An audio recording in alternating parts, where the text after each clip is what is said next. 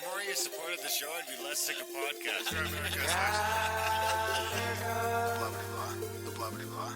Sending out good vibes. Blah blah blah. Good vibes. Blah Good vibes. blah blah. Good vibes. Good vibes. Underneath some of the corners of multiple pyramids, and in the past, the corners had been excavated by Petrie and others.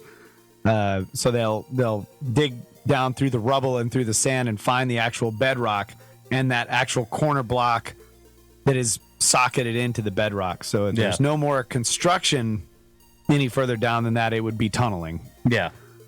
But they're straight up socketed. And you can see a few of them. There's one at the bent pyramid. I don't know if this one has a cleared corner, but it's really interesting. Even, the casing stones are missing. And the core blocks are gone. Yeah, so you're far away from the pyramid because there would have been a lot more stones out of the wall, and you can see the corner where they cut into the bedrock to make this corner where that corner block would have sat. Yeah, so it kind of sockets the entire structure onto the bedrock. You know what I mean? There's either an indent or an extrusion, so the pyramid sits down on it like it's socketed in. It's really interesting. So this picture, I just, as people are watching this, just start to pay attention to the shapes of the stones, and you're gonna start to recognize this style. This is the kind of heterogeneous sort of cyclopean, or megalithic masonry that I was talking about. Now, because of what they were doing here, and they were actually matching these casing stones to the courses of the core masonry here. So each course is, one of these layers of stones, and they were matching the casing stones to each layer as well. It's not nearly as sort of flowing and heterogeneous as the stuff you'll see in Peru, but it has a similar effect. In other words, the lateral lines are all pretty straight. That's right. These horizontal lines, are like they're regular. If you look up here at these blocks, let's see if I can zoom in on this. You'll notice that the sides here, that they were very flat and finely faced to fit against each other. These two blocks probably went together, and they've just been separated for whatever reason. Or maybe there was another block that's supposed to be between them that's gone now. But the point is that the sides are very flat. Or if they're not flat, they're tuned perfectly to fit against the blocks that they were supposed to sit against, as opposed to these front faces, which are very rough. That's perfectly flat. The lines are perfectly flat too. Yeah. So the bottoms and the tops are perfectly flat. Yeah, well, it's like the mating faces on the sides of the rock, whether they were curved or flat, they match each other perfectly, like a jigsaw puzzle. So they had the capability to make flat edges like that, but they intentionally left the front faces completely rough. So this is the main part we want to look at here, and this is around the entrance. So again, this is the doorway, and this is like a modern wooden walkway that goes down into the entrance of the pyramid. But there's this interesting square flattened part of the casing stones where whoever was doing this came along, and for whatever reason they decided that they needed the area around the door to be flat, not all puffy and pillowy like the rest of the blocks are. So they just had some machine, I guess. It seems like a machine to me, because you can kind of see this radius, and it actually goes all the way down to the ground here. So it goes out of the picture. But there's this radius at the edge of the square part where, and again, it's hard to see the scale here, but they were removing 12, sometimes 14 inches of stone. And again, keep in mind, this is very hard granite. Right, so this is not easy to work, and somebody just came along and it looks like a giant belt sander just flattened this, but it's got this, this is where the edge of the belt sander was. That's the other thing I want to point out. I love this. Just look at this. Anybody who's a mason or has done any kind of construction will appreciate what this little joint here means. The fact that this block right here sits deeper into the one below it than this one does. Yeah, and so again, you see a different style of making, and these are kind of, I think these are like diorite. I'm not sure, but it's a form of granite, very hard. It's got a lot of quartz crystal in it. The silica inclusions. You can see these All this white material is like a quartz stuff. So this is a type of granite again, and it's got this interesting facing style where they did flatten the middle of the block face, but they left the outside edges rough. And again, when you're thinking about this is a known style type. I've seen this in other places where that's been done. Like this, there's blocks like this at Baalbek, which is very interesting. This is a kind of masonry style where the block is rough, but they flatten a square or a rectangle out of the front face, but leave the outer edges not flat. Bam. Look how flat that is with the rest of the floor. See it? Yeah, that's crazy. You should have Yeah. pushed it over. So here Could be. I'm just showing the precision of the joints. This is actually a three-way joint here. This is a horizontal join between these two blocks, and then there's a vertical one here. And it's so finely done that you can barely see it. And of course, the granite itself is heavily eroded, which implies great age. Like, how long does it take for granite like this to decompose like that? Because it used to be flat and smooth. It was probably shiny. They probably polished it. I mean, if indications of other places in Egypt where they did work like this is that this surface was probably incredibly smooth to a glass finish. There's a granite pyramidion. And again, somebody was stealing the corners off of these upper blocks, quarrying them off there. But just look at that. Look how amazing that is.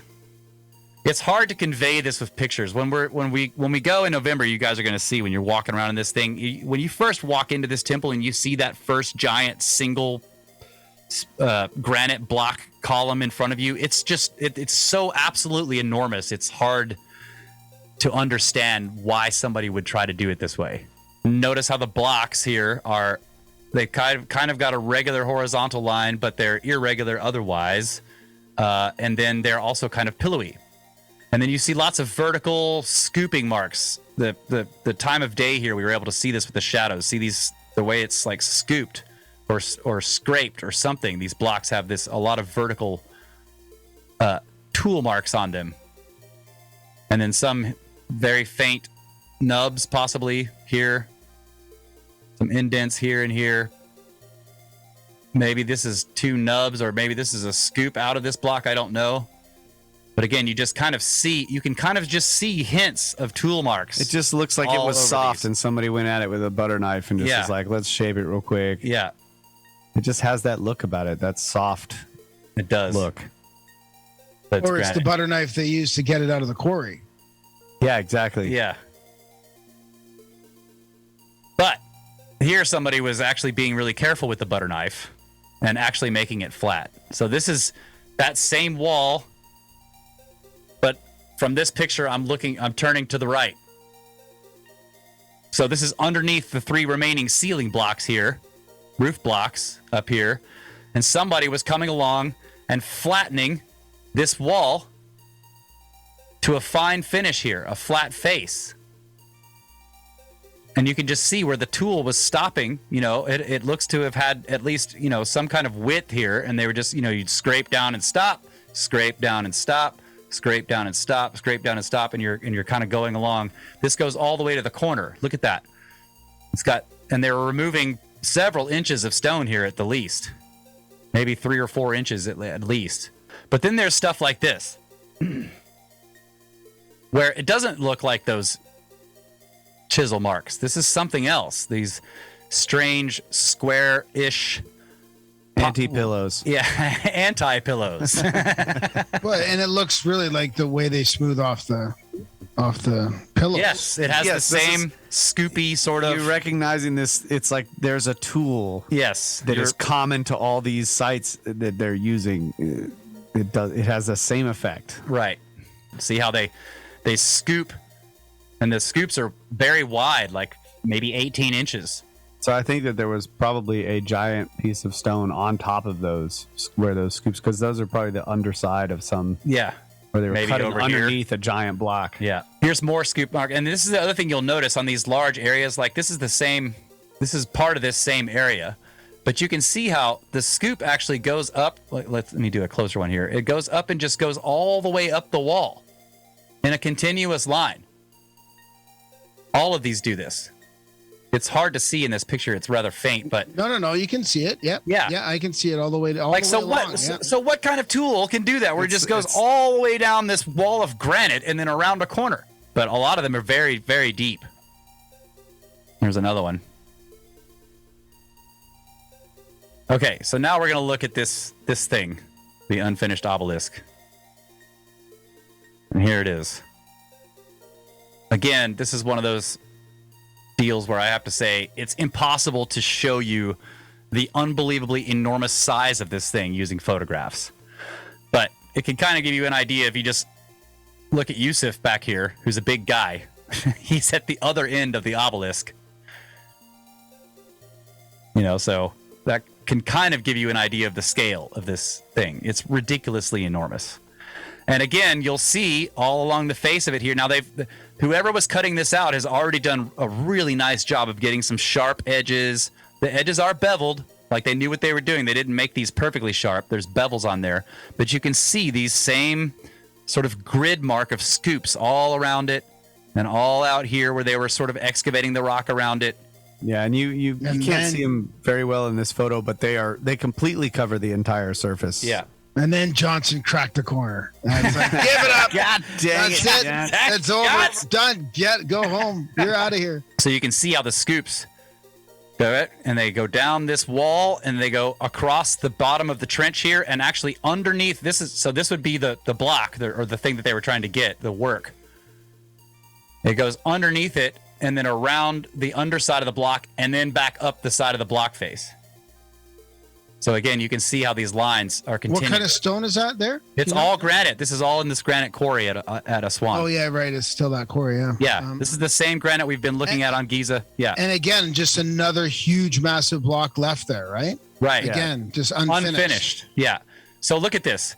The scoops go around they go down across the bottom of the trench and around and up underneath the block and then up. Look at this. Look at that. So how would you even do this? So again, you can see you follow the line down. It goes across the bottom of the trench, up underneath the work, and then around the top, and then up the side of the block. Again, they're going for this clean, sharp-lined prism shape for the lid, and then sharp-lined, box for the bottom part. But they were also scooping material out of the lid after they got this prism shape, and then they would just. After they scooped this stuff out, they polished the whole thing to a mirror shine. Even these scoops are polished. Has the same polish in them as the rest of the box. There's the backside of that unfinished lid. It's got a scoop already taken out of it, and so they would have polished this to a mirror sheen like those other ones.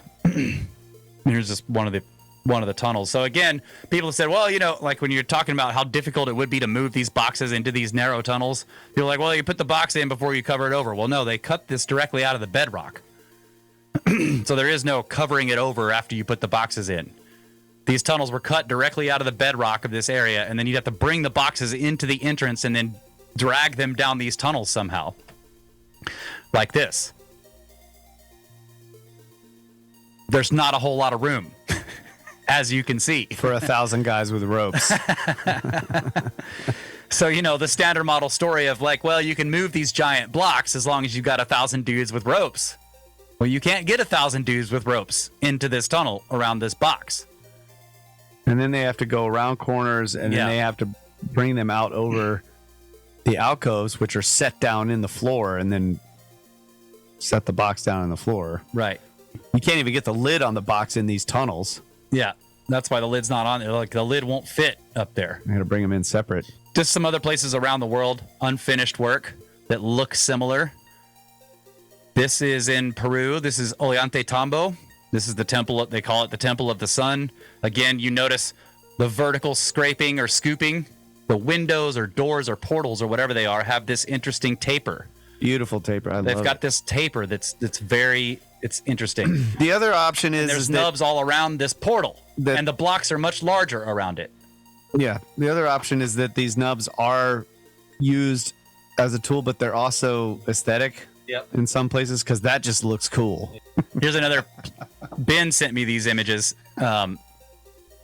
Again, we're looking at this is just an outcrop of bedrock, so it's like not even clear what this was supposed to be. Like, was this even part of a construction, or was it a quarry? But again, you've got these long regular scoops taken out, sort of blocks, scoops cut out, and then there's a set of them over here. Now we're at Easter Island, unfinished moai in the mountain, being in the process of being cut out. Wow. And never finished, like the obelisk. Also, And what's really interesting is they had ones. already been making it into a statue, right? It's already got exactly. the face It's all on it. part. It's all part of the excavation. They start making it already. They probably don't finish it, maybe, but they have it close, right? I mean, that's crazy. Look at him, Yeah, he's huge. Wow. That's awesome. Look at to the left. They just cut them out of that. Like they just cut them out of the angle of the mountain there. Yeah, Yep. yep. It's tilted again. This one's really clear. Like you see the scooping. There's kind of indications that maybe that same kind of tool was being used here. And again, it's already got the face. And here's another one. Already has the face on it. Look at the notch taken out above the nose there. Yeah. Like the tool needed Like the that tool width. needed this working space to go over the nose. Now they've dug out around it and found that there's two more giant ones beneath it. It was sitting on top of them. So these they're cutting them out of the quarry and stacking them up. But yeah, one of those moai in the quarry, you're right, Graham. One of those moai in the The quarry heaviest one is 86 tons. 86 tons. The moai, one of those moai in the quarry would have been the biggest moai ever if it had been fully excavated. Just like the obelisk, just like these blocks, just like a lot of the stuff I'm showing you. There's places in the quarry where it's just like the largest one of these things ever, like obelisk or moai or, trilithon block. And we're going to look at some stuff in China here at the end. But again, you can just see this one was in the process of being transported, and it's just dropped in the mountains. These guys were told, like, making me some emperor's like, I want an enormous monument. Go cut me an enormous monument out of the quarry. And they start cutting these things, and then eventually they figure out, after doing all this work, that it's way too big to move, so they make a smaller one that's like 20 feet tall. But look at these things. That just seems like we're not giving them enough credit. You know? Yeah. You think they're going to start all that and then realize it's just too big? I mean, come on. I think the monument in the city is a testament to these shapes that they found in this quarry, that they considered to be probably Built by the gods. Built by the gods. They've carved this. These go all the way through this thing, and yes, there's nubs on it, right? But it's still attached to the mountain. But it has this really interesting shape, and then this one too. This goes all the way through, and there's these strange plinths or platforms underneath here. Or pillars or But see how this goes all the way through this block. You can see through to the other side. So again, is this an unfinished project? Incredibly ancient? Just like these things we see from all over the world. There's just blocks left in quarries. They've been sitting there forever. Statues left in quarries. Similar marks, scoops. maybe all in the same fucking cataclysm, you know? Yeah. I mean, it just seems like Possibility for sure. All in the same cataclysm. Work was being done all over the world on these enormous projects that Using look like similar technologies, gigantic stones, heterogeneous style of stonework, dry laid, very resistant to cataclysmic events, and work was stopped all over the world at the same somebody's like time. they're getting a little too big for their britches. They're getting all of them. They're all getting to these biggest sizes ever, and then just cataclysm.